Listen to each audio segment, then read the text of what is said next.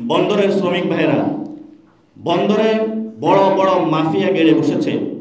যখনই সেই মাফিয়াদের বিরুদ্ধে আমরা কথা বলতে গিয়েছিলাম, আপনারা দেখেছিলেন গত 2 দিন আগে এনসিপি শ্রমিক উইংয়ের মংলা বন্দরে যারা গুন্ডা পান্ডা মাস্তান সন্ত্রাসী রয়েছে তারা কিভাবে নগ্নভাবে হামলা করেছে।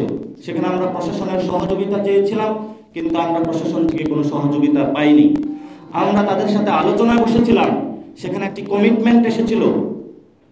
সেই কমিটমেন্ট অনুযায়ী প্রত্যেকের প্রোগ্রাম আলাদা আলাদাভাবে করার কথা, কিন্তু সেখানে আমরা দেখলাম তারা তাদের সেই কমিটমেন্টকে ভঙ্গ করে নগ্নভাবে আমাদের উপরে হামলা করেছে। তাদের এই নগ্নতার রূপ আমরা তো প্রতিনিয়ত দেখতে পাচ্ছি, এবং এই নগ্নতার রূপ যদি বাংলাদেশে চলমান থাকে, সেই ক্ষেত্রে ভবিষ্যৎ বাংলাদেশে জনতা যে রায় দিয়েছিল 5 তারিখে, তাদের ক্ষেত্রেও একই রায় দিতে আমরা বাধ্য হব ইনশাআল্লাহ। তৃতীয়ত যে বিষয়টি, 80s দশক থেকে বাংলাদেশে গার্মেন্টস শিল্পে বড় একটি বিপ্লব এসেছে। বাংলাদেশের যে ইকোনমিক চাকা রয়েছে সেখানে গার্মেন্টস শিল্পের বড় একটি অবদান রয়েছে। কিন্তু যেই দলের মধ্য দিয়ে, যে ডেভেলপমেন্টের মধ্য দিয়ে বাংলাদেশের অর্থনীতির চাকাকে উন্নয়ন করা হয়েছে, সেখানে শুধু মালিক বান্ধব একটি শ্রমনীতি তৈরি করা হয়েছিল। মালিকদেরকে কিভাবে পুষিয়ে, মালিকদেরকে কিভাবে ফুলিয়ে ফাঁপিয়ে বড় করা যায় দলীয় পদ পোস্ট দিয়ে, আর সেই মালিকদের অধীনে যারা কাজ করে তাদেরকে দলদাস হিসাবে ব্যবহার করে যে বাংলাদেশের অর্থনীতি দাঁড় করানো হয়েছে, এটা অচিরেই ধসে পড়বে। কারণ আমরা দেখেছিলাম এই গণ অভ্যুত্থানের পূর্ব এবং পরবর্তী সময়ে যখন এই শ্রমিকরা তাদের ন্যায্য অধিকার নিয়ে মাঠে নেমেছে, তখনই দল মত নির্বিশেষে এই মালিক পক্ষ তাদের উপর হামলে পড়েছে, তাদেরকে রক্তাক্ত করেছে, তাদের উপরে বুলেট চালিয়েছে, তাদের গায়ের উপর দিয়ে গাড়ি চালিয়েছে, তাদের শরীরগুলো রক্তাক্ত করেছে। এই যে দলগুলো বলে থাকে আমরা বাংলাদেশের ভাগ্যের চাকা উন্নয়ন ফেরানোর জন্য গার্মেন্টস শিল্পের যে জয় জয়কার উপকার করা হয়েছে, এটা মালিক পক্ষের জন্য করা হয়েছে। এই জন্য আমি সকল রাজনৈতিক দলের যারা নেতৃবৃন্দ থেকে শ্রমিক ভাইদেরকে বলবো, ছাত্ররা গণ অভ্যুত্থানের নেতৃত্ব দিয়েছে, এখন সময় এসেছে আগামীর যে সেকেন্ড রেগুলেশন বা বাংলাদেশ 2.0 কথা আমরা বলতেছি, বাংলাদেশের যে পুনর্গঠন, সেই পুনর্গঠনের দায়িত্ব আপনাদের হাতে তুলে নিতে হবে। আপনাদের সে যে ঐতিহাসিক গাথা জয়যাত্রা 80s দশক 80s সময়ে আপনারা যেভাবে বাংলাদেশকে নতুন জায়গায় নেতৃত্ব দিয়ে আজকে এই পর্যন্ত নিয়ে এসেছেন, সময়ের প্রয়োজনে এই যে ছাত্র জনতার যে গণ অভ্যুত্থান হয়েছে, আপনারা বুকের রক্ত দিয়েছেন, আপনাদের হাতে আমরা আবার সেই জয়যাত্রার সেই দায়িত্বটা আপনাদের হাতে আমরা তুলে দিতে চাই। এই জন্য আমরা নাগরিক পার্টি থেকে শ্রমিক অঞ্চল সুসংগঠিত করার জন্য, শ্রমিকদেরকে নিয়ে কাজ করার জন্য, তাদের ন্যায্য হেস্সা বুঝিয়ে দেওয়ার জন্য আমাদের কিন্তু এনসিপি শ্রমিক উইংয়ের যাত্রা করেছিল। এই জায়গা থেকে আপনারা যদি মালিক পক্ষের সাথে কাজ করেন, তাহলে জনতা আপনাদেরকে আবার আস্তে করে ছুঁড়ে ফেলবে। আপনাদের শ্রমিক ভাইদের কাছে যেতে হবে, শ্রমিকদের ঘরে যেতে হবে, শ্রমিকদের সাথে রান্না করতে হবে, শ্রমিকদের সাথে খাওয়া দাওয়া করতে হবে, শ্রমিকদের যারা বাচ্চা রয়েছে তাদের পড়াশোনা নিশ্চিত করতে হবে, শ্রমিকদের যে ভাইটা আমাদের অসুস্থ হয়েছে সেই ভাইকে হসপিটালে নিয়ে যেতে হবে। একটা ফ্যামিলির মতন আমাদেরকে কাজ করতে হবে। এবং এই জায়গাতে যদি কোনো দল আপনাদেরকে বাধা দেওয়ার চেষ্টা করে, কোনো ব্যক্তি বাধা দেওয়ার চেষ্টা করে, শ্রমিক অঞ্চল থেকে আপনারা আপনাদের বিপ্লব শুরু করুন। এই বিপ্লবে আপনারা যেরকম ছাত্রদের বিপ্লবের ক্ষেত্রে এসেছেন, আমরা ক্যাম্পাস থেকে মার্চ করে, পাড়া অঞ্চল থেকে মার্চ করে শ্রমিক অঞ্চলে ইনশাআল্লাহ যাব। সেই বিপ্লবে আমরা ইনশাআল্লাহ অংশগ্রহণ করব। এই বিপ্লবের মধ্য দিয়ে আমরা নতুন বাংলাদেশ গঠন করব। আপনাদের যে জয়যাত্রা রচিত হয়েছে, এই রচনার মধ্যে আপনারা অংশগ্রহণ করেছেন। 90 কি আপনাদের বুকের রক্ত যায়নি? 71 কি আপনাদের বুকের রক্ত যায়নি? প্রত্যেকটা সংগ্রামে রক্ত দিয়ে এই রক্তের কেন আপনাদের বদলা নেওয়া হচ্ছে না? প্রত্যেকটা সংগ্রামে আপনারা রক্ত দিয়েছেন, কিন্তু এই রক্তের দাম কি 8,000 টাকা মজুরির জন্য? আপনার প্রতিনিয়ত শ্রমিক অঞ্চলে যখন আমি গিয়েছিলাম, একজন রানা প্লাজায় ধসে পড়া একজন শ্রমিকের জীবনের সেই কান্নাতুর ব্যথাতুর কাহিনী শুনেছিলাম। তার একটি বাচ্চা রয়েছে, তো তাকে জিজ্ঞাসা করলাম, সারা রাত তো বাচ্চা কান্নাকাটি করে, আপনি তো সারা রাত তাহলে বাচ্চা পালেন, তাহলে দিনের বেলা কাজ করেন কি করে?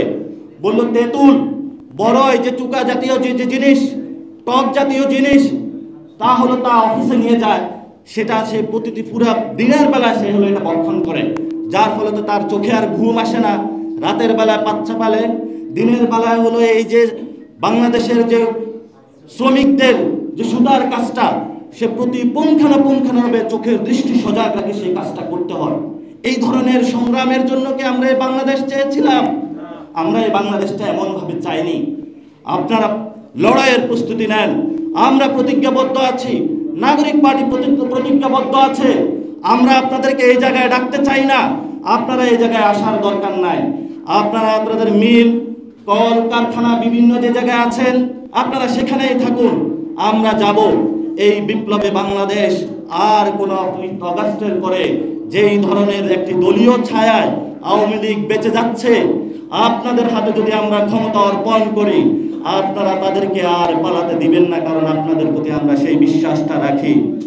আমাদের লড়াইটা শুরু হয়েছে এস্টাবলিশমেন্টের বিরুদ্ধে।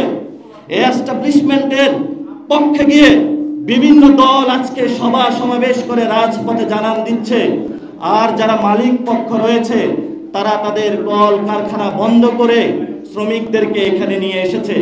আমরা এই ব্যবস্থা আর চাই না। আমরা এমন একটি ব্যবস্থা চাই যেখানে মালিকরা এসি রুম থেকে আপনাদের কল কারখানায় গিয়ে আপনাদের ভালোবাসা দিয়ে মন জয় করবে। মালিক শ্রমিক কারখানাতে একই প্লেটে বসে রান্না করে খাওয়া দাওয়া করবে। আমরা এমন বাংলাদেশ দেখতে চাই। আপনারা কি সে বাংলাদেশটা দেখতে চান?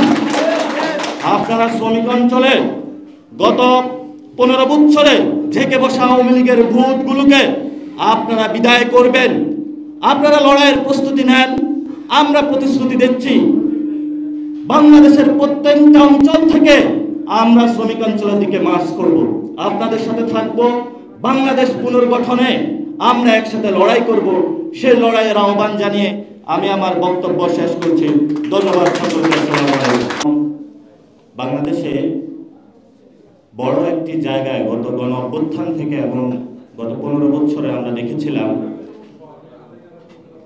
যারা সাংবাদিক বৃন্দ, যাদের মজুরি অল্প কয়েকটা টাকা, যে শ্রমিক ভাইরা আছেন, তারা কিভাবে নিষ্পেষিত নিগৃহীত করা হয়েছে। তাদেরকে মালিকরা তাদেরকে শোষণ করেছে।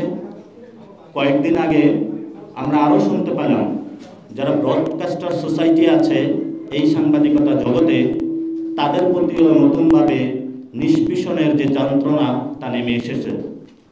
তা আমরা দেখলাম গত 15 বছরে যে ধরনের নিপীড়ন ছিল, সেই নিপীড়নগুলো এখনো চলমান।